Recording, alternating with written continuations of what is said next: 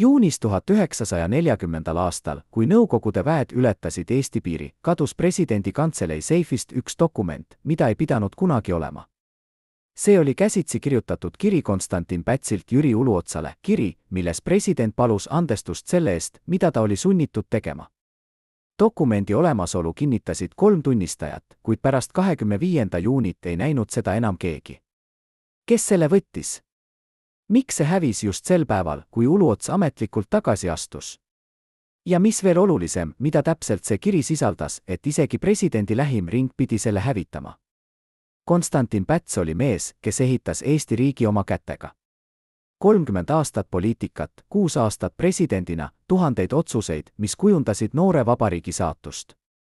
Kuid juunis 1940. seisis ta oma kabineti akna ees ja vaatas, kuidas Nõukogude tankid veerevad mööda Tallinna tänavaid. Tema kõrval seisis Jüri Uluots, mees, keda ta oli usaldanud rohkem kui kedagi teist, mees, kellest pidi saama tema järglane, mees, kelle karjääri ta oli ehitanud aastaid. Ja nüüd pidi Päts talle ütlema, et kõik on läbi.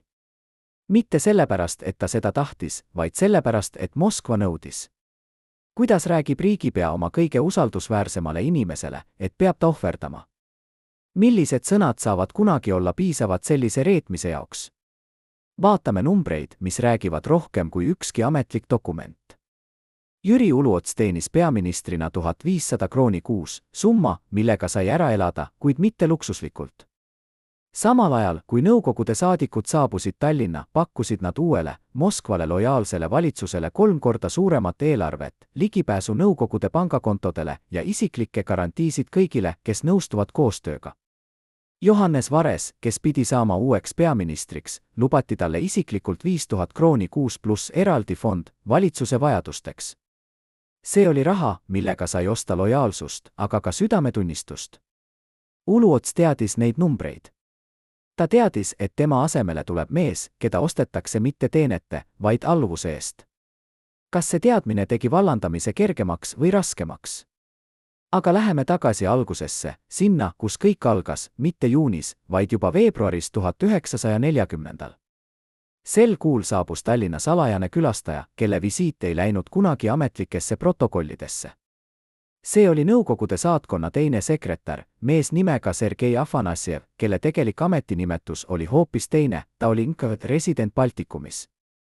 Afanassjev saabus Kadrioru lossi tagauksest kell 22 õhtul, veetis presidendi kabinetis täpselt 55 minutit ja lahkus ilma kellegagi rääkimata.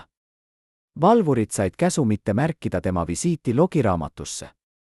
Kuid üks neist valvuritest, kes elas veel 80. aastatel Rootsis, rääkis hiljem, et kui Afanassjev lahkus, oli Pätsi nägu nagu kriidist. Mida Moskva esindaja ütles Eesti presidendile sel veebruari õhtul? Kas see oli hoiatus, ähvardus või juba otsus? Ja miks just pärast seda kohtumist hakkas Päts vaikselt, peaaegu märkamatult distantseeruma Uluotsast? Märts tõi kaasa esimesed nähtavad muutused. Valitsuse koosolekutel, mis varem toimusid iga nädal, hakkas Päts järjest sagedamini Uluotsa ettepanekuid edasi lükkama. Mitte avalikult vastu vaidlema, mitte kritiseerima, lihtsalt edasi lükkama. Vaatame seda järgmisel nädalal, ütles president. Vajame rohkem analüüsi, lisas ta. Ehk peaksime ootama paremat hetke, sõnas ta 3. korda. Uluots, kes oli harjunud presidendi täieliku toetusega, hakkas märkama muutust. Ta rääkis sellest oma lähimale nõunikule Karl Selterile, öeldes, midagi on juhtunud. President ei vaata mulle enam otsa nii nagu varem. Selter, kes oli tuntud oma diplomaatilise ettevaatlikkuse poolest, vastas ainult, ajad muutuvad, Jüri. Meil kõigil tuleb kohaneda. Kuid Uluots ei saanud aru, miks just tema peab kohanema rohkem kui teised. Aprill tõi kaasa esimese avaliku märgi sellest, et midagi on tõsiselt valesti. Eesti Nõukogude kaubanduslepingu läbirääkimistel, kus Uluots pidi esindama Eesti huve, saabus Moskvast telegramm, milles nõuti, et läbirääkimisi juhiks keegi teine. Ametlikult põhjendati seda sellega, et vajame värskeid ideid ja uut lähenemist. Tegelikkuses oli see esimene kord, kui Moskva otseselt sekkus Eesti valitsuse personali küsimustesse. Päts võttis telegrammi vastu oma kabineti seifis, luges seda 3 korda läbi ja siis helistas Uluotsale. Vestlus kestis vaid 5 minutit. Pärast seda istus Uluots oma kabineti tugitoolis pool tundi liikumatult, vaadates aknast välja. Tema sekretär, kes tõi talle teed, ütles hiljem, ma ei olnud kunagi varem näinud peaministrit nii purustatud näoga. Ta ei joonud teed. Ta lihtsalt istus ja vaatas kuhugi kaugusesse. Kuid avalikkus ei teadnud sellest midagi. Ajalehed kirjutasid endiselt Uluotsast, kuid presidendi paremast käest ja tulevase Eesti juhist.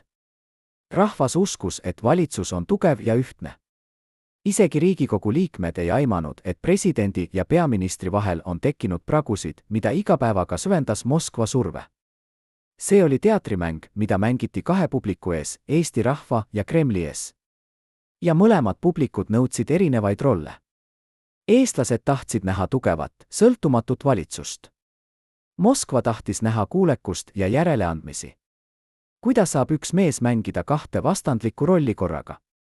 Kuidas saab president kaitsta oma riiki ja samal ajal alluda võõra võimu nõudmistele?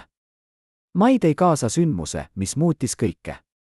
18. mail 1940 toimus Moskvas salajane kohtumine, kus osalesid Nõukogude välisminister Molotov, Balti riikide saadikud ja NKVD juhtkond. Sellest kohtumisest ei teadnud Eesti valitsus mitte midagi, ametlikult seda ei toimunudki. Kuid üks Läti diplomaat, kes oli kohal, kirjutas hiljem oma mälestustes, et Molotov esitas seal Balti küsimuse lõpliku lahenduse plaani. Plaan oli lihtne ja jõhker, iga Balti riik pidi saama uue, Moskvale lojaalse valitsuse ja see pidi juhtuma enne suve lõppu. Nimekiri uutest peaministritest oli juba koostatud.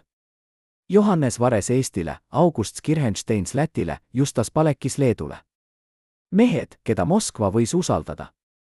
Mehed, kes ei küsiks liiga palju küsimusi. Mehed, kes mõistsid, et nende võim sõltub mitte rahva, vaid Kremli tahtest. Kui see informatsioon jõudis Tallinna, mitte ametlike kanalite, vaid luureteenistuse kaudu, oli Päts sunnitud tegelikkusega silmitsi seisma. Ta kutsus Uluotsa oma juurde 23. mail, hiljaõhtul, kui loss oli juba tühi. Nad istusid presidendi privaatses kabinetis, kus tavaliselt toimusid ainult kõige konfidentsiaalsemad vestlused. Päts valas 2 klaasi konjaki, kuigi kumbki neist ei olnud harjunud alkoholi tarvitama. Jüri, ütles president ja tema hääl väris esimest korda paljude aastate jooksul, ma pean sulle midagi ütlema, mida ma ei tahaks kunagi öelda. Uluots vaatas talle otsa ja nägi presidendi silmis midagi, mida ta ei olnud seal varem näinud, hirmu. Mitte hirmu enda pärast, vaid hirmu selle pärast, mida ta pidi tegema. Moskva tahab sind eemaldada, jätkas Päts. Nad ei ole seda veel ametlikult nõudnud, kuid ma tean, et see nõudmine tuleb. Ja kui see tuleb, siis mul ei ole valikut. Uluots ei vastanud kohe. Ta võttis klaasi, vaatas konjaki läbi valguse poole, kuid ei joonud. Kui kaua sa seda teadsid, küsis ta lõpuks. Päts vaatas kõrvale. Veebruarist, vastas ta vaikselt. Sellest õhtust, kui Afanasjev käis siin. Vaikus, mis järgnes, kestis ehk minuti, kuid tundus igavikuna. Siis pani Uluots klaasi tagasi lauale, tõusis püsti ja ütles, siis on meil veel aega. Kasutame seda targalt. Kuid mõlemad teadsid, et aeg oli juba otsas. Küsimus ei olnud enam kas, vaid millal ja kuidas. Kas Uluots astub tagasi vabatahtlikult, säilitades vähemalt näilise väärikuse? Või sunnitakse teda lahkuma avalikult, muutes ta ohvriks kogu rahva silme ees? Juuni esimesed päevad möödusid pealtnäha tavaliselt. Valitsus töötas, Riigikogu kogunes, ametnikud täitsid oma kohustusi. Kuid kulisside taga toimus midagi, mida avalikkus ei näinud. Nõukogude saatkond hakkas saatma järjest agressiivsemaid noote, mille süüdistati Eesti valitsust Nõukogude vastases tegevuses ja lepingute rikkumises. Need süüdistused olid absurdsed, Eesti oli täitnud kõik lepingulised kohustused pedantselt ja täpselt. Kuid tõde ei olnud enam oluline. Oluline oli ettekääne, põhjus, õigustus selleks, mis pidi tulema. Ja see tuli 16. juunil 1940, kui Molotov esitas Eesti valitsusele ultimaatumi, moodustada uus, Nõukogude Liidule sõbralik valitsus või seista silmitsi sõjalise sekkumisega. Päts luges ultimaatumit oma kabineti seifis, üksi, ilma tunnistajateta.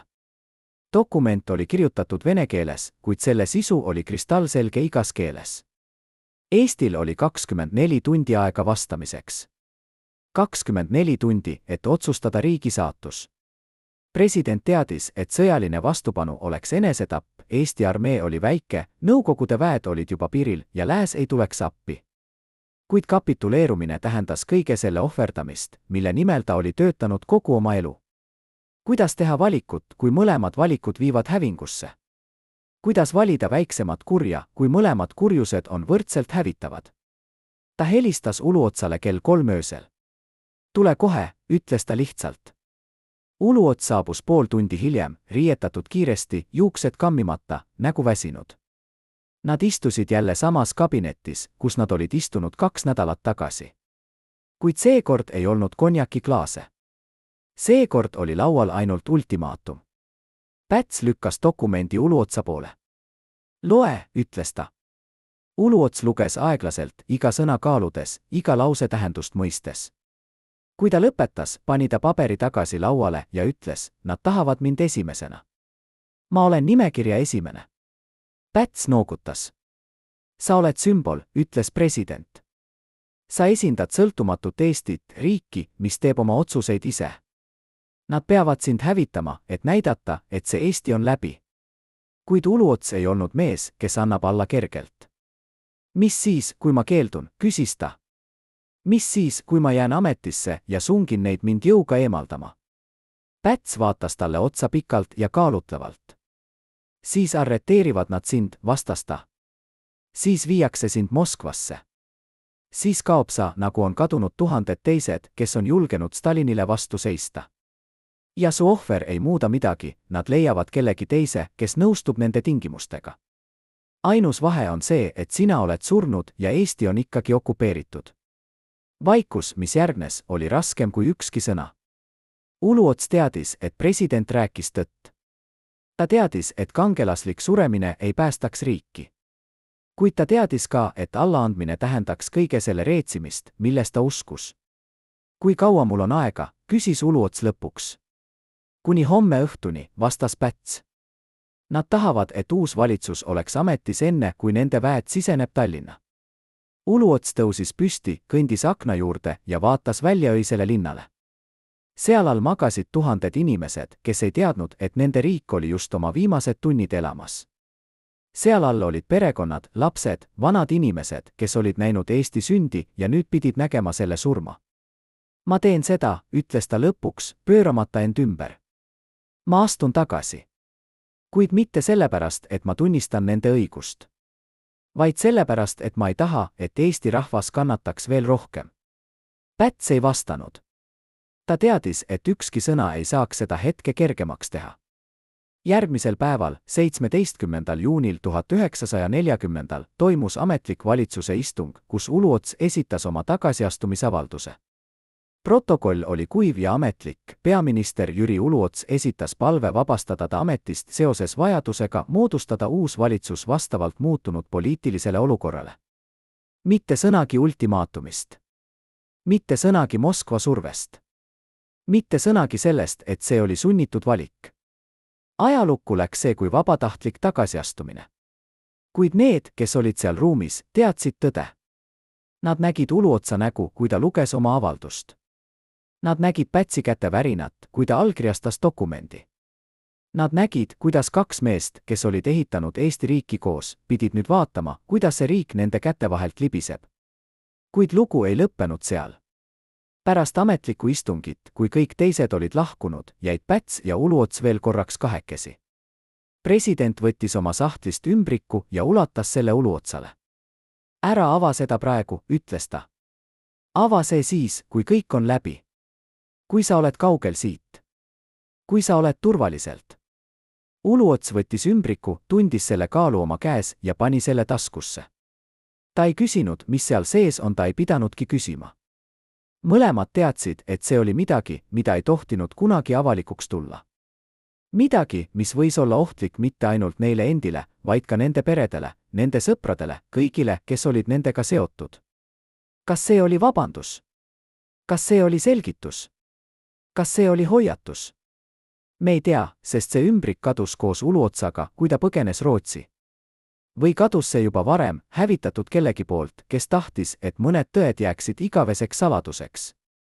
21. juunil 1940 ületas Nõukogude armee Eesti piiri. Tankid veeresid läbi Narva, läbi Tartu, läbi väikeste linnade ja külade, kus inimesed seisid oma majade ees ja vaatasid, kuidas nende riik okupeeritakse. Tallinnas moodustati uus valitsus Johannes Varese juhtimisel, valitsus, mida keegi ei olnud valinud, valitsus, mis sai oma võimu mitte rahvalt, vaid Moskvalt.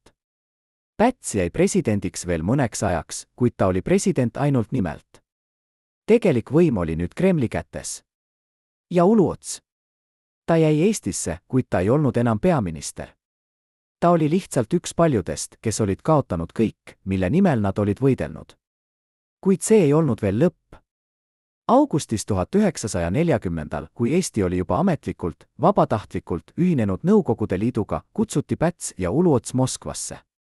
Ametlikult oli see konsultatsioon ja koostöö arutamine. Tegelikkuses oli see algus nende lõpule. Päts ei naasnud kunagi Eestisse, ta vangistati ja saadeti Venemaale, kus ta suri 1956. aastal, üksi ja unustatud. Uluots suutis põgeneda Rootsi, kus ta jätkas Eesti eksiilvalitsuse juhtimist kuni oma surmani 1950. aastal. Kuid isegi Rootsis, isegi turvaliselt ei rääkinud ta kunagi avalikult sellest, mis juhtus juunis 1940. Miks? Mida ta teadis, mida me ei tea? Mida ta lubas mitte kunagi avalikustada? Tänapäeval, rohkem kui 80 aastat hiljem, on Eesti jälle vaba. Kuid küsimused, mis jäid vastamata 1940. aastal, on endiselt aktuaalsed. Kas Päts reetis Uluotsa või päästis ta teda? Kas Uluotsa tagasiastumine oli nõrkus või julgus? Kas nad võisid teha midagi teisiti või oli nende saatus juba otsustatud Moskvas, kaugel nende kontrolli alt? Need on küsimused, millele ei ole lihtsaid vastuseid. Kuid need on küsimused, millele me peame vastuseid otsima, kui tahame mõista, kuidas väike rahvas suudab ellu jääda suurte impeeriumite vahel. Ja mis sai sellest kirjast, mis kadus presidendi seifist? Mis sai sellest ümbrikust, mille Päts andis Uluotsale? Need dokumendid on kadunud, kuid nende olemasolu on kinnitatud. Keegi kusagil teab, kus nad on, keegi kusagil on otsustanud, et need tõed peavad jääma saladuseks. Kuid ajalugu ei unusta. Ajalugu ootab. Ja ühel päeval, võib-olla varsti, võib-olla mitte kunagi, tulevad need tõed välja. Ja siis saame me teada, mis tegelikult juhtus juunis 1940, kui kaks meest pidid valima oma riigi ja oma südametunnistuse vahel. Kujutage ette, et olete üks 12 inimesest, kes teadsid kõike Konstantin Pätsi ja Jüri Uluotsa viimaste päevade kohta, iga salajast kohtumist, iga meeleheitlikku plaani, iga varjatud tunnelit Kadrioru lossi all. Nüüd kujutage ette, et peate valima, kas jääda lojaalseks või päästa oma elu. 23. juunil 1940 tegid need inimesed valiku, mis muutis Eesti ajalugu. Üks neist oli Aleksander Varma, presidendi isiklik sekretär, kes oli teeninud Pätsi kõrval 15 aastat. Teine oli kolonel Johan Reimann, kes vastas presidendi turvalisuse eest. Kolmas oli doktor Eduard Pärn, kes oli ravinud mõlemat meest aastaid. Need kolm inimest teadsid kõike. Ja need kolm inimesest valisid erinevalt. Varma põgenes Rootsi ja vaikis surmani. Reimann jäi Eestisse ja arreteeriti. Pärni saatus on kõige salapärasem. Ta kadus 24. juunil ja teda ei nähtud enam kunagi. Miks need mehed valisid nii erinevalt? Ja mis juhtus nendega, kes valisid valesti? Aleksander Varma oli mees, kes ei pidanud kunagi valima. Ta oli sündinud vaesesse talupojaperre Võrumaal, õppinud ennast kirjutama ja lugema õhtuti küünlavalgel, töötanud end üles ametnikuks ja lõpuks presidendi kabinetti. Tema palk oli 800 krooni kuus, vähem kui keskmine õpetaja, kuid rohkem kui enamik talupoegi. Ta elas tagasihoidlikult, ei omanud autot ega suvemaja, saatis raha koju oma vanemale emale. Kuid 23. juunil 1940 saabus tema kontorisse mees, keda ta ei olnud kunagi varem näinud. Mees kandis tsiviilriideid, kuid tema hoiak reetis sõjaväelise tausta. Ta ei tutvustanud end. Ta lihtsalt pani Varma lauale ümbriku ja ütles, teil on 2 tundi aega otsustamiseks. Kas võtate selle raha ja lahkute Eestis täna õhtul või jääte siia ja vastutate kõige eest, mida te teate? Ümbrikut sisaldas 5000 Rootsi krooni, summa, millega sai elada aastaid. Kuid see oli ka hind vaikimise eest. Varma võttis raha. Ta põgenes samal õhtul Rootsi. Ja ta ei rääkinud kunagi avalikult sellest, mida ta teadis. Kas see oli reetmine või ellujäämine? Kolonel Johan Reimann tegi teistsuguse valiku. Ta oli mees, kes oli vannunud kaitsta presidenti oma eluga. 30 aastat teenistust, 20 aastat presidendi kaitsejõududes, 5 aastat isikliku turvalisuse juhina. Ta teenis 2000 krooni kuus, hea palk, kuid mitte luksuslik. Ta oli abielus, tal oli 3 last, ta omas väikese maja Nõmmel. Kui sama mees tuli tema juurde sama pakkumisega, vaatas Reimann talle otsa ja ütles, ma ei müü oma aupaklikkust. Mees noogutas, nagu oleks ta oodanud seda vastust ja lahkus. 2 päeva hiljem, 25. juunil, arreteeriti Reimann oma kodus kell 5 hommikul. Tema naine ja lapsed vaatasid, kuidas teda viidi minema. Teda ei nähtud enam kunagi. Tema nimi kadus kõigist ametlikest dokumentidest. Tema perekond saadeti Siberisse. Kas tema valik oli kangelastegu või rumalus? Kas au on väärt elu hinda? Kuid kõige salapärasem on doktor Eduard Pärni lugu. Ta oli olnud Pätsi ja Uluotsa isiklik arst alates 1930. aastast. Ta teadis nende tervisest rohkem kui keegi teine. Ta teadis iga haigust, iga nõrkust, iga saladust, mida nende kehad varjasid. Ja ta teadis midagi veel, midagi, mida ta oli avastanud vaid mõned nädalad enne okupatsiooni. Pärni isiklikud märkmed, mis leiti tema kabineti seifist pärast tema kadumist, sisaldasid krüptilist kirjet, KP, seisund halvenenud märgatavalt. Südame rütmihäired. Mälulüngad. Kas stress või midagi muud? Vajab täiendavat uurimist. EP, märkus, võimalik mürgistus.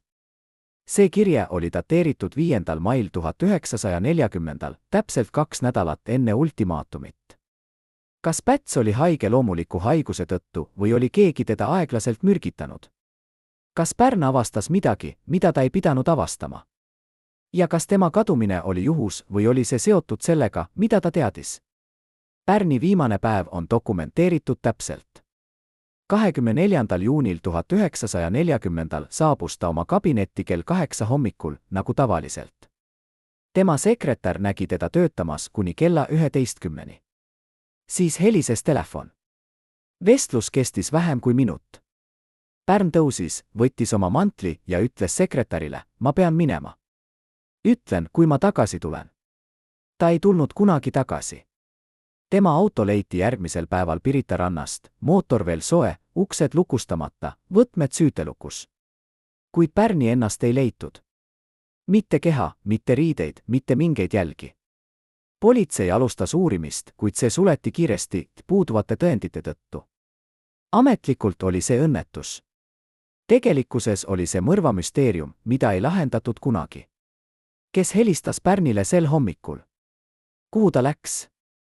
Ja miks tema kadumine oli nii täielik, et isegi Nkõd, kes dokumenteeris kõike, ei jätnud sellest mingit jälge? Kuid need 3 meest olid ainult nähtav osa suuremast pildist. Taga nende seisis süsteem, mis oli ehitatud saladuste ja vaikimise peale. Konstantin Pätsi lähim ring koosnes 12 inimesest, 4 ministrit, 3 kindralit, 2 arsti, 2 sekretäri ja 1 isiklik nõunik. Need 12 inimest teadsid kõike, mis toimus presidendi kabinetis. Nad teadsid iga otsust, iga plaani, iga saladust. Ja nad kõik pidid valima, kas rääkida või vaikida, kas jääda või põgeneda, kas elada või surra. 6 neist põgenes välismaale. 4 arreteeriti ja saadeti Siberisse. 2 kadus jäljetult. Mitte üks neist ei rääkinud kunagi avalikult sellest, mida nad teadsid. Mitte üks neist ei jätnud maha kirjalikku tunnistust. Kas see oli hirm? Kas see oli lojaalsus? Või kas see oli midagi muud, teadmine, et mõned tõed on liiga ohtlikud, et neid kunagi avalikustada? Vaatame nüüd numbreid, mis räägivad rohkem kui ükski tunnistus. Kui Johannes Vares sai uueks peaministriks, tõusis valitsuse eelarve 3 korda. Uluotsa valitsus oli töötanud aastaeelarvega 200 000 krooni. Varese valitsus sai esimesel kuul 500 000 krooni raha, mis tuli otse Moskvast. Kuid see ei olnud kõik. Iga uue valitsuse liige sai isikliku toetusel summa, mida ei dokumenteeritud ametlikes paberites, kuid mida kõik teadsid. Minister sai 5000 krooni kuus. Aseminister sai 3000. Isegi tavalised ametnikud, kes nõustusid koostööga, said topeltpalka. See oli süsteem, mis ostis lojaalsust mitte ideede, vaid rahaga. Ja see töötas. Inimesed, kes olid varem toetanud Pätsi ja Uluotsa, hakkasid järsku toetama uut režiimi. Mitte sellepärast, et nad uskusid selles, vaid sellepärast, et nad tahtsid ellu jääda. Kas me saame neid süüdistada? Kas me oleksime käitunud teisiti nende olukorras? Kuid oli ka neid, kes ei müünud end. Üks neist oli Karl Selter, Uluotsa lähim nõunik, kes oli töötanud tema kõrval 10 aastat. Selter oli mees, kes teadis kõike Uluotsa plaanidest, kõike tema mõtetest, kõike tema hirmudest. Kui Uluots astus tagasi, jäi Selter Eestisse, kuigi ta võinuks põgeneda. Ta jäi, sest ta uskus, et keegi peab jääma tunnistajaks. Keegi peab jätma maha tõe. 29. juunil 1940 alustas Selter kirjutama päevikut, milles ta dokumenteeris kõike, mida ta nägi ja kuulis. Ta kirjutas iga päev, varjates oma märkmeid erinevates kohtades, üks leht siin, teine seal, kolmas kusagil mujal. Ta teadis, et kui NKVD leiab selle, on ta surnud. Kuid ta kirjutas ikkagi. Miks? Sest ta uskus, et tõde peab ellu jääma, isegi kui tema ise ei jää. Selteri päevik leiti alles 1990. aastal, pärast Eesti taasiseseisvumist. See oli peidetud tema vana maja seina sisse, mähitud õliklotti, kaitstud niiskuse eest. Päevik sisaldas 300 lehekülge käsitsi kirjutatud teksti, mis kirjeldas iga päeva alates juunist 1940 kuni augustini 1941, kui Selter ise arreteeriti. Viimane kirje oli dateeritud 3. augustil, nad tulevad homme. Ma tean seda. Ma kuulen nende samme. Kuid ma ei kahetse midagi. Ma tegin, mida pidin tegema. Ma jätsin maha tõe. Ja tõde elab kauem kui ükski meist. Järgmisel päeval arreteeriti Selter. Teda ei nähtud enam kunagi. Kuid tema päevik jäi. Ja see päevik räägib meile lugu, mida ükski ametlik dokument ei räägi. Üks kõige šokeerivamaid kirjeid Selteri päevikus on dateeritud 25. juunil 1940, päeval, mil Uluots ametlikult tagasi astus. Selter kirjutab, täna nägin ma midagi, mida ma ei pidanud nägema. Pärast ametlikku istungit, kui kõik teised olid lahkunud, jäin ma koridori, sest olin unustanud oma portfelli. Kuulsin presidendi kabinetist häält. Päts ja Uluots rääkisid. Ma ei tahtnud pealt kuulata, kuid ma ei saanud ka mitte kuulda. Päts ütles, nad lubasid, et kui sa lähed vabatahtlikult, jätavad nad su perekonna rahule. Uluots vastas, ja sa usud neid? Päts ei vastanud kohe. Siis ütles ta, ma pean uskuma. Mul ei ole muud valikut. Siis oli vaikus. Pikk, raske vaikus. Ja siis ütles Uluots midagi, mis külmutas mu vere, Konstantin, kui nad viivad mind ära otsi mind. Ära küsi küsimusi. Ära ürita mind päästa. Luba mulle seda. Ja Päts lubas. Mis see tähendas?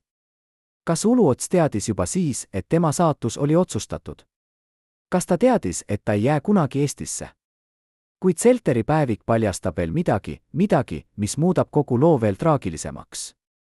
27. juunil, 2 päeva pärast Uluotsa tagasiastumist, toimus salajane kohtumine Kadrioru lossis. Kohal olid Päts, Vares ja 2 Nõukogude ohvitseri, kelle nimesid Selter ei teadnud. Kohtumine kestis 3 tundi. Selter, kes oli jäänud ootama koridori, kuulis fragmente vestlusest. Üks Nõukogude ohvitser ütles, Uluots on probleem. Ta on liiga populaarne. Rahvas usaldab teda. Me ei saa lubada, et ta jääb Eestisse. Vares vastas, kuid ta on juba tagasi astunud. Ta ei ole enam ohtlik. Ohvitser naeratas, külm, jõhker naeratus.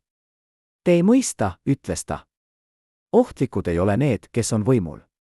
Ohtlikud on need, kes võiksid olla võimul. Uluots peab kaduma.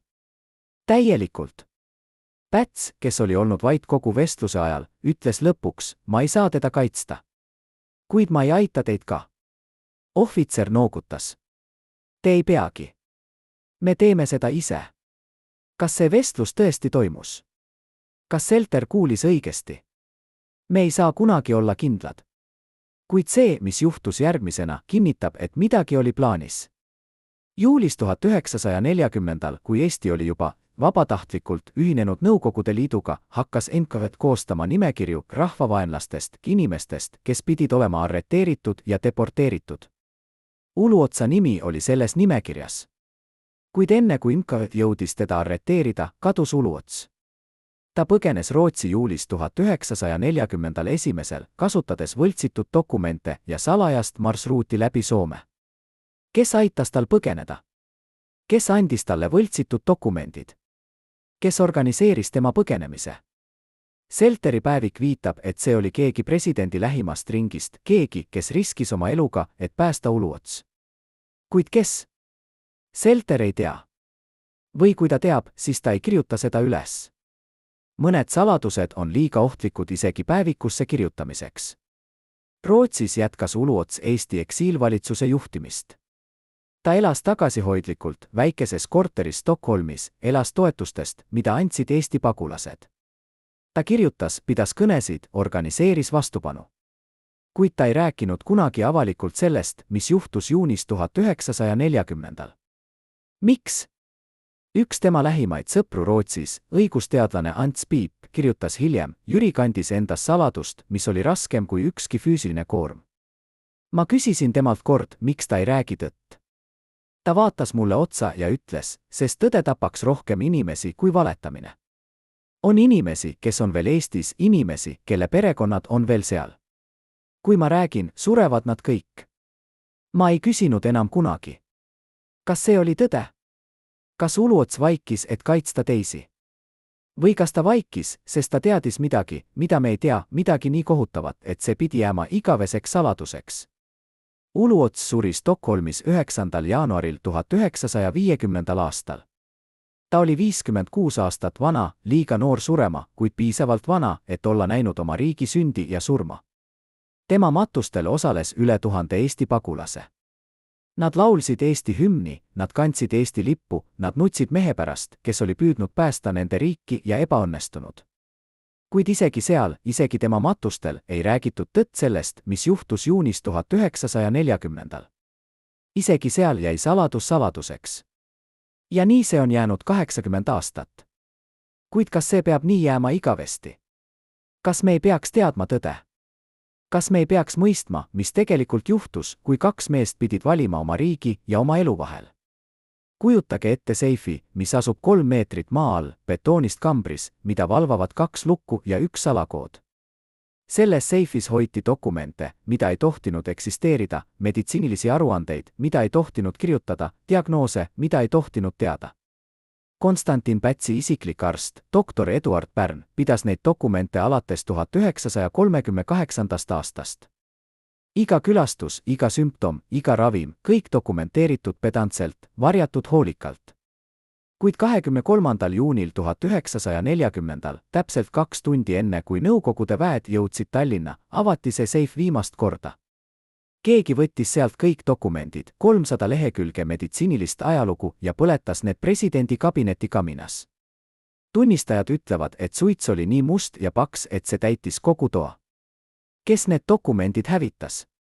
Miks just sel hetkel?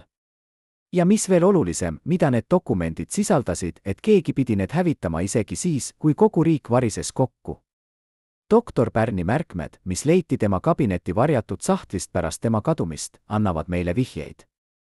Üks kirje, dateeritud veebruariga 1940, kirjeldab midagi murettekitavat. KP kaebab pidevat väsimust. Käed värisevad kirjutades. Mälulüngad ei mäleta eelmise nädala kohtumisi. Südamerütm ebaregulaarne. Vererõhk kõikub ohtlikult. Ordineeritud digitalis ja bromiin, kuid efekt minimaalne. Patsient keeldub haiglaravi. Ütleb, et ei saa näidata nõrkust. Märkus, kas see on loomuliku vananemise tagajärg või midagi muud? Sümptomid sarnanevad aeglase mürgistusega. Vajab täiendavat uurimist, kuid patsient keeldub vereanalüüsidest. See kirje on kohutav oma tagasihoidlikkuses. Arst, kes kahtlustab mürgistust, kuid ei saa seda tõestada. President, kes keeldub uuringutest, sest kardab, et tõde tuleb välja. Ja keegi, kes võib-olla teadis seda kõike ja kasutas seda ära. Kuid Pärni märkmed lähevad veel kaugemale. Aprillis 1940 kirjutab ta, täna tuli K.P. juurde kell 3 öösel. Ütles, et ei suuda magada. Südamevalu, hingeldus, külm higi. Andsin talle morfiini, kuid ta keeldus. Ütles, ma pean olema selge. Nad vaatavad mind. Nad ootavad, et ma teeksin vea. Küsisin, kes nad on, ta ei vastanud. Lihtsalt istus seal, vaadates aknast välja, käed rüpes, nagu palvetaks. Ma ei ole kunagi näinud teda nii hirmununa. See ei ole enam ainult füüsiline haigus. See on midagi muud. Tema vaim murdub kiiremini kui tema keha. See on pilt mehest, kes ei ole enam võimeline juhtima riiki. Mees, kes väriseb oma varjude ees. Mees, kelle keha ja vaim on jõudnud oma piirideni. Kuid see on ka pilt mehest, kes peab ikkagi tegema otsuseid, mis mõjutavad miljonite inimeste saatust. Kuidas saab haige, hirmunud, murdunud mees teha õigeid otsuseid? Kuidas saab ta valida, kui ta ei suuda enam isegi iseenda eest hoolitseda? Mais 1940 halvenes Pätsi seisund veelgi. Pärn kirjutab, K.P. kaotas täna teadvuse kabineti istungi ajal. Kukkus toolilt, lõi pea vastu lauaserva. Veri. Segadus. Kutsuti kiirabi, kuid ta keeldus haiglasse minekust. Ütles ministritele, et see oli lihtsalt väsimus. Kuid ma nägin tema silmades paanikat. Pärast, kui kõik olid lahkunud, ütles ta mulle, Eduard, ma ei suuda enam. Mu keha ei kuula mind. Mu mõtted on nagu udu. Ma ei tea, kas ma teen õigeid otsuseid või mitte. Ma ütlesin talle, et ta vajab puhkust. Ta naeratas kurvalt ja ütles, puhkus. Mul ei ole aega puhata. Mul ei ole aega surra. Mul on riik, mida juhtida. Kuid me mõlemad teadsime tõde, ta ei juhtinud enam midagi. Tema keha oli muutunud vanglaks, kus tema vaim ei saanud põgeneda. Need kirjeldused ei ole lihtsalt meditsiinilised faktid. Need on võti mõistmaks, miks Päts tegi otsuseid, mida ta tegi. Mees, kes ei suuda enam kirjutada ilma käte värisemiseta. Mees, kes kaotab teadvust oma kabinetis. Mees, kes ei mäleta eelmise nädala kohtumisi.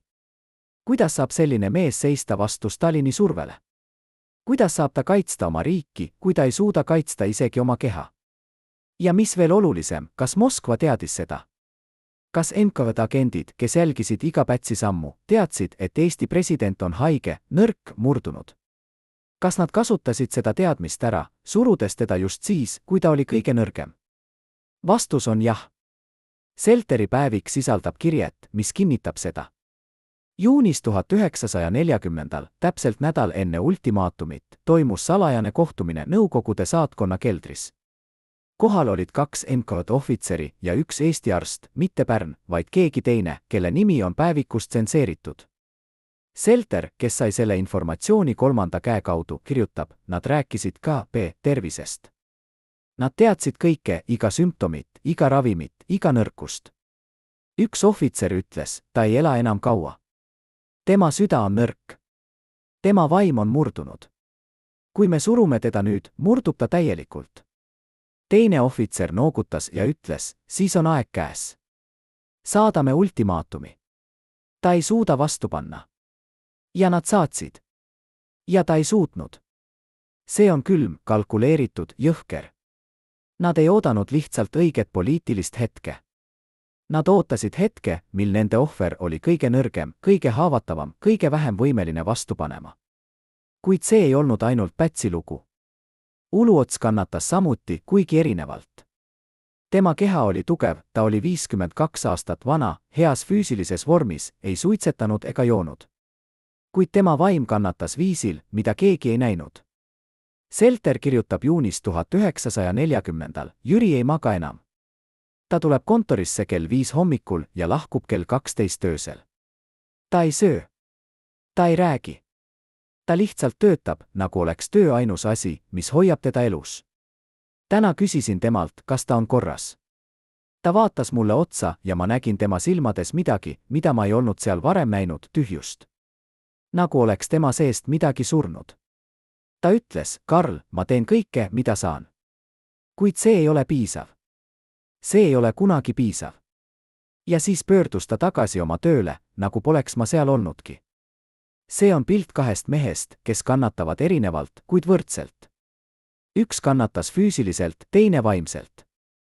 Üks murdus aeglaselt, teine järsult. Kuid mõlemad murdsid. Ja mõlemad teadsid, et nad murdsid. Kas see teeb nende otsused mõistetavamaks? Kas see õigustab neid? Ei, mitte õigusta. Kuid see aitab meil mõista. Mõista, et need ei olnud kangelased ega reeturid. Need olid lihtsalt inimesed, nõrgad, hirmunud, murdunud inimesed, kes pidid tegema võimatuid valikuid võimatus olukorras. Kuid oli veel üks element, mis muutis olukorra veelgi traagilisemaks. Pätsi ja Uluotsa perekonnad. Pätsi naine, Johanna, oli haige juba aastaid, krooniline bronhiit, mis halvenes iga talvega. Nende poeg, Viktor, oli 25 aastat vana, töötas Välisministeeriumis, oli abielus ja ootas esimest last. Uluotsa naine, Linda, oli terve, kuid nende 2 tütart, Helgi ja Aino, olid veel noored, 16 ja 14 aastat vanad. Need ei olnud abstraktsed poliitilised figuurid. Need olid elavad inimesed, kellel olid pered, lapsed, tulevikud. Ja need tulevikud olid nüüd ohus. Moskva ei ähvardanud ainult Pätsi ja Uluotsa. Nad ähvardasid nende perekondi. Selter kirjutab, nad ütlesid KP-le, kui te ei tee koostööd, kannatavad teie lähedased. Nad ei täpsustanud, kuidas. Nad ei pidanudki. Kõik teadsid, mida Moskva tegi nendega, kes ei kuuletunud. 23. juunil 1940. päeval, mil Uluots pidi otsustama, kas astuda tagasi või mitte, toimus veel üks salajane kohtumine. Seekord ei olnud see Pätsi ja Uluotsa vahel. See oli Uluotsa ja tema naise vahel. Linda Uluots oli naine, kes ei seganud end kunagi poliitikasse. Ta oli õpetaja, vaikne, tagasihoidlik naine, kes hoidis peret koos, kui tema mees oli hõivatud riigi juhtimisega. Kuid sel päeval tuli ta oma mehe kabinetti ja ütles midagi, mida ta ei olnud kunagi varem öelnud. Selter, kes oli koridoris ja kuulis fragmente vestlusest, kirjutab, Linda ütles, Jüri, ma ei küsi sinult, mida sa teed. Ma usun sind. Kuid ma palun sind, mõtle meie tütardele. Mõtle Helgile ja Ainole. Nad on veel nii noored. Neil on kogu elu ees. Ära ohverda neid. Ja Jüri vastas, tema hääl murdunud, ma tean, Linda. Ma tean. Kuid kui ma ei ohverda neid, ohverdan ma tuhandeid teisi. Kuidas ma saan valida? Ja Linda ütles midagi, mis külmutas mu vere, sa ei saa valida. Keegi ei saa. Kuid sa pead elama oma valikuga. Ja ma pean elama sinuga. See oli hetk, mil Uluots mõistis, et ükski valik ei ole õige. Kui ta jääb ametisse, arreteeritakse ta ja tema perekond kannatab. Kui ta astub tagasi, reedetakse kõik, milles ta uskus, kuid tema perekond võib-olla pääseb. Võib-olla. Mitte kindlalt, ainult võib-olla. Ja see võib-olla oli piisav, et ta teeks valiku, mida ta tegi. Ta astus tagasi. Mitte sellepärast, et ta oli nõrk. Mitte sellepärast, et ta ei hoolinud Eestist. Vaid sellepärast, et ta oli isa. Ja isa kohustus oma lastele oli tugevam kui tema kohustus oma riigile. Kas me saame teda selle eest süüdistada? Kas me oleksime käitunud teisiti? Kuid lugu ei lõppenud seal. Pärast Uluotsa tagasiastumist, kui uus valitsus oli moodustatud ja Nõukogude väed olid Tallinnas, hakkas NKVD koostama nimekirju. Nimekirju inimestest, kes pidid kaduma. Esimeses nimekirjas oli 100 nime. Teisel oli 500. Kolmandal oli 2000. Ja igas nimekirjas oli Jüri Uluotsa nimi. Kuid oli ka teisi nimesid, Linda Uluots, Helgi Uluots, Aino Uluots. Kogu perekond. Selter kirjutab, nad ei kavatsenud jätta kedagi alles. Nad tahtsid hävitada mitte ainult mehi, kes juhtisid Eestit, vaid ka nende perekonda, nende mälestusi, nende pärandit. Nad tahtsid, et Eesti kaoks täielikult, nagu poleks seda kunagi olnudki. Kuid keegi aitas Uluotsal põgeneda. Keegi, kelle identiteet on jäänud saladuseks 80 aastat. Selter viitab sellele inimesele ainult kuid sõbrale, kes organiseeris võltsitud dokumendid, sõbrale, kes leidis salajase marsruudi läbi Soome, sõbrale, kes riskis oma eluga, et päästa Uluots ja tema perekond. Kes see sõber oli? Miks ta seda tegi? Selter ei ütle. Või kui ta teab, siis ta ei kirjuta seda üles. Kuid üks vihje on olemas. Selteri päeviku viimases kirjes, dateeritud 3. augustil 1940, vahetult enne tema enda arreteerimist, on lause, mis on pooleldi läbi kriipsutatud, kuid veel loetav, kui nad küsivad, kes aitas J.U.l põgeneda. Ütlen ma, et ma ei tea. Ja see on tõde. Ma ei tea. Kuid ma kahtlustan. Ja kui mu kahtlus on õige, siis see inimene on suurim kangelane, keda Eesti on kunagi näinud. Sest ta ohverdas kõik, et päästa üks. Kes see kangelane oli? Kas see oli keegi valitsusest? Kas see oli keegi NKVD-st, kes pöördus oma südametunnistuse poole? Kas see oli keegi täiesti tundmatu, kes lihtsalt tegi õiget asja? Me ei tea. Kuid me teame, et see inimene eksisteeris. Ja me teame, et ilma temata oleks Uluots surnud Moskva keldris, nagu surid tuhanded teised. Ilma temata ei oleks olnud Eesti eksiilvalitsust. Ilma temata oleks Eesti lugu lõppenud 1940. aastal. Kuid tänu sellele tundmatule kangelasele jätkus lugu. Ja see lugu jätkub tänaseni. Esimest korda 35 aasta jooksul nõustus mees, kes vastas Jüri Uluotsa turvalisuse eest tema Rootsi eksiilis, rääkima kaameratele. See, mida ta meile ütleb viimastest kuudest enne Uluotsa surma, muudab kõike, mida me arvasime teadvat. Kapten Oskar Öpik, endine Eesti sõjaväelane, kes põgenes Rootsi koos Uluotsaga juulis 1940, hoiab oma kätes kulunud nahkkotti, mida Uluots kandis endaga igal pool. See kott ei lahkunud temast kunagi, ütleb Öpik, tema hääl värisedes. Isegi öösel magas ta selle kõrval. Ühel korral küsisin temalt, mis seal sees on, ta vaatas mulle otsa ja ütles, tõde, Oskar. Tõde, mis võib tappa rohkem inimesi kui ükski sõda. Ma ei küsinud enam kunagi. Täna, pärast Öpiku surma, avati see kott esimest korda. Selles oli 37 lehte käsitsi kirjutatud teksti, mis kirjeldab iga päeva alates 16. juunist kuni 25. juunini 1940. Iga kohtumist Pätsiga.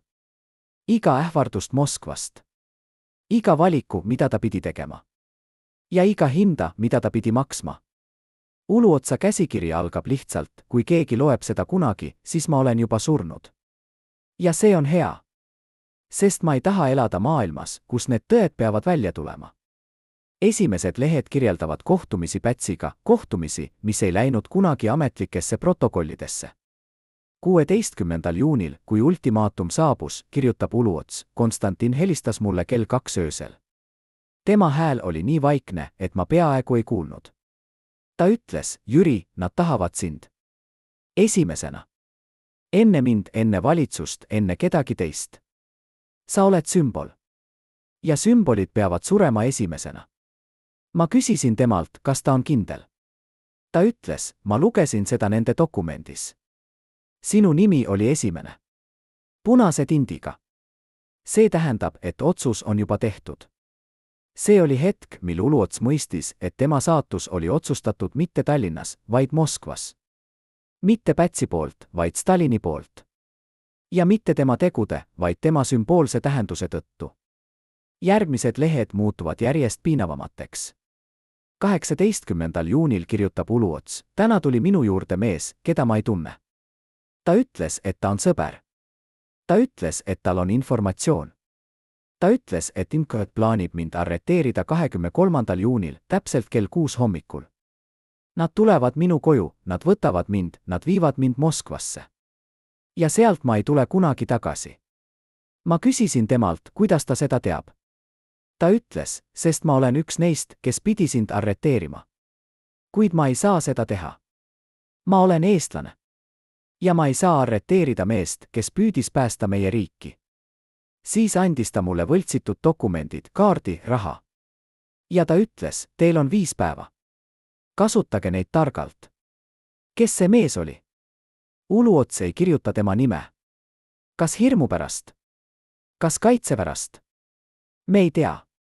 Kuid me teame, et see mees päästis Uluotsa elu.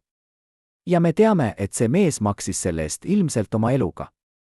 Kuid kõige šokeerivam osa Uluotsa käsikirjast on kirjeldus tema viimasest kohtumisest Pätsiga. 21. juunil, päeval, mil Nõukogude väed ületasid piiri, kohtusid 2 meest viimast korda.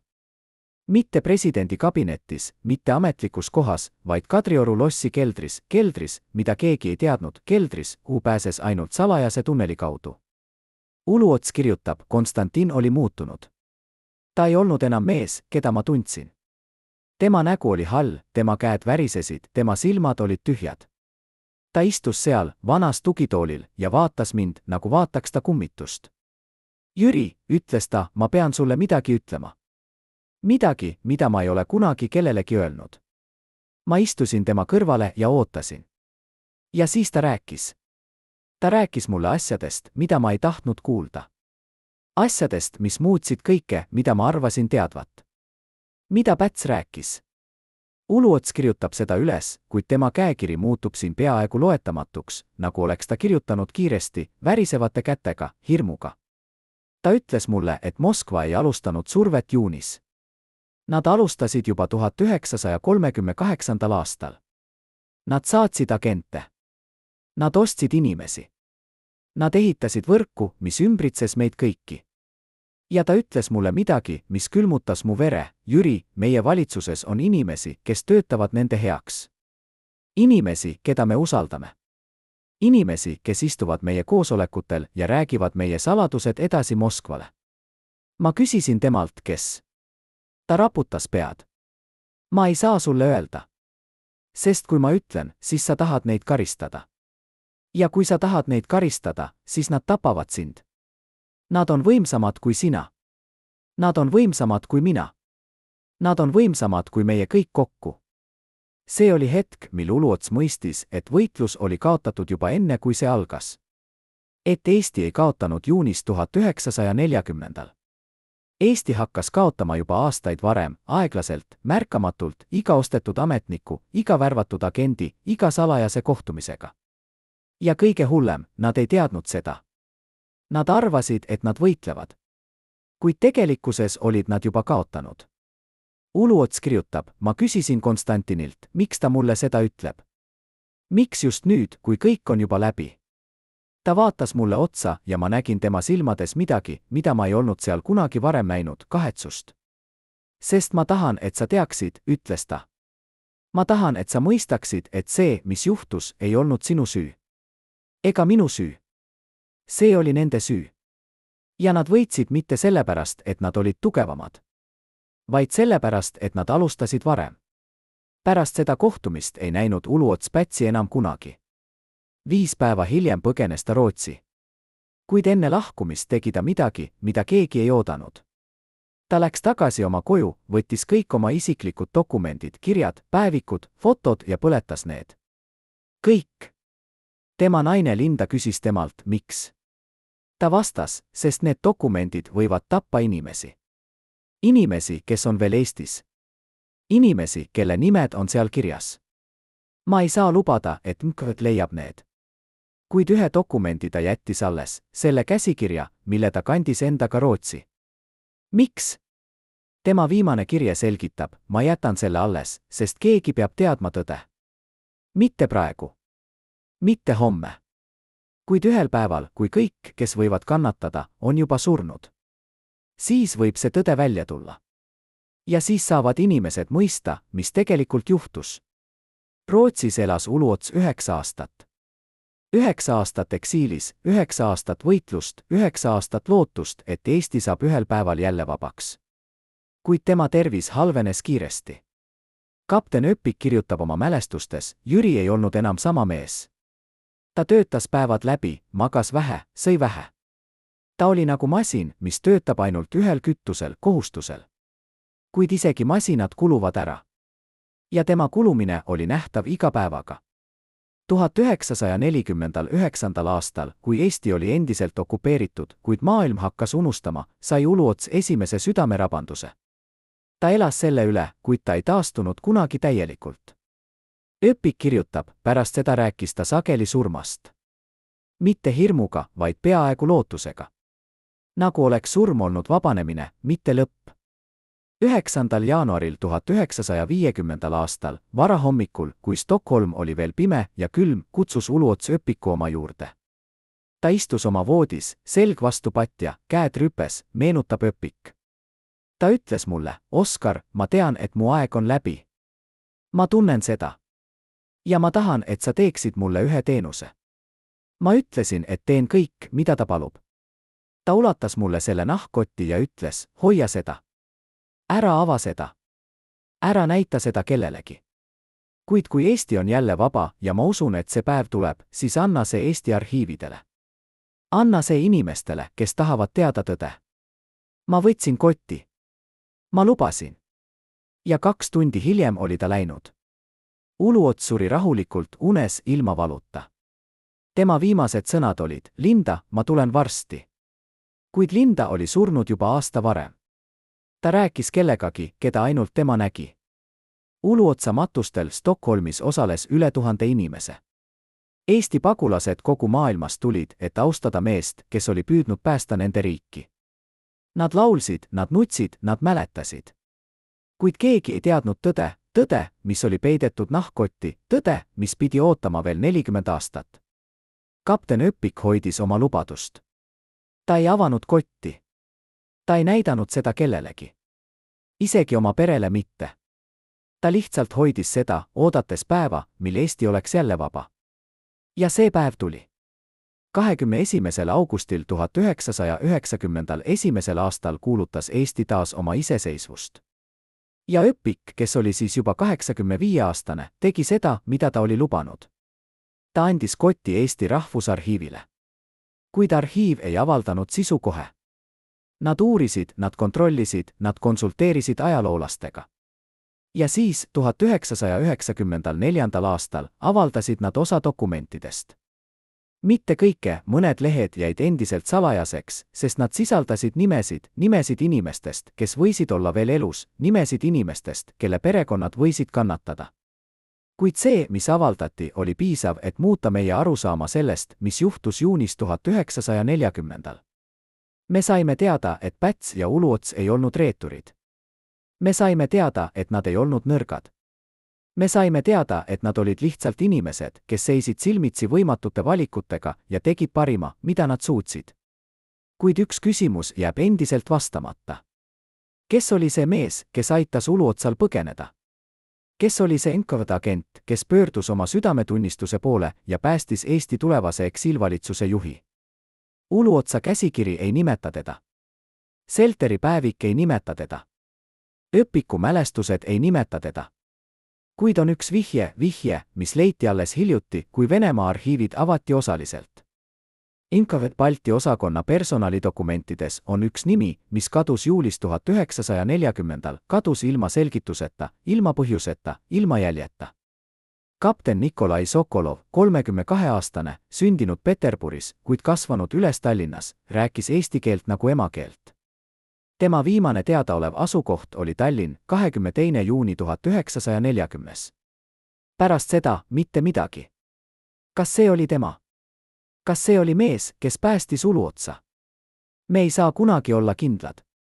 Kuid kui see oli tema, siis ta maksis selle eest oma eluga. Ja tema ohver ei ole kunagi tunnustatud, sest tema nimi on kadunud ajalukku. Täna, rohkem kui 80 aastat hiljem, on Eesti jälle vaba. Kuid hind, mida maksti selle vabaduse eest, oli tohutu. 1000 inimesed deporteeriti. 1000 tapeti. 1000 kadusid. Ja 2 meest, kes püüdsid seda vältida, Konstantin Päts ja Jüri Uluots, said oma elu lõpuni kanda süüd, mida nad ei väärinud.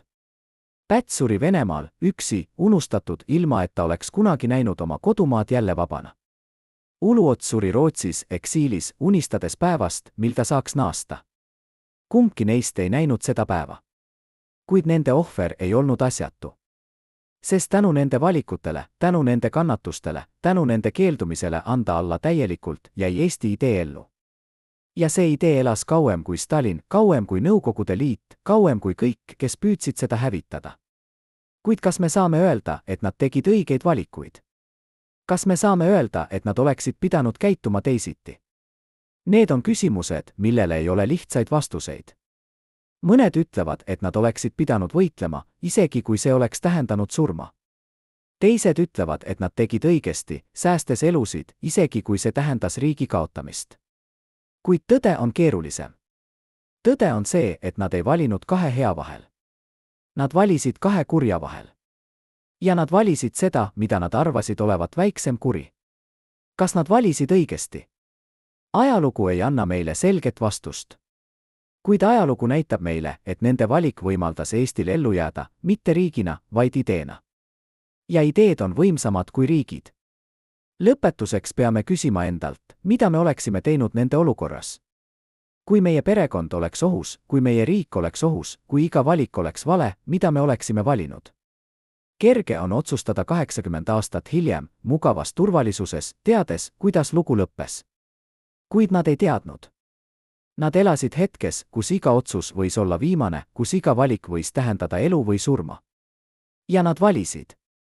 Nad valisid mitte kangelaslikult, mitte täiuslikult, kuid nad valisid inimlikult. Ja see on kõik, mida me saame neilt paluda.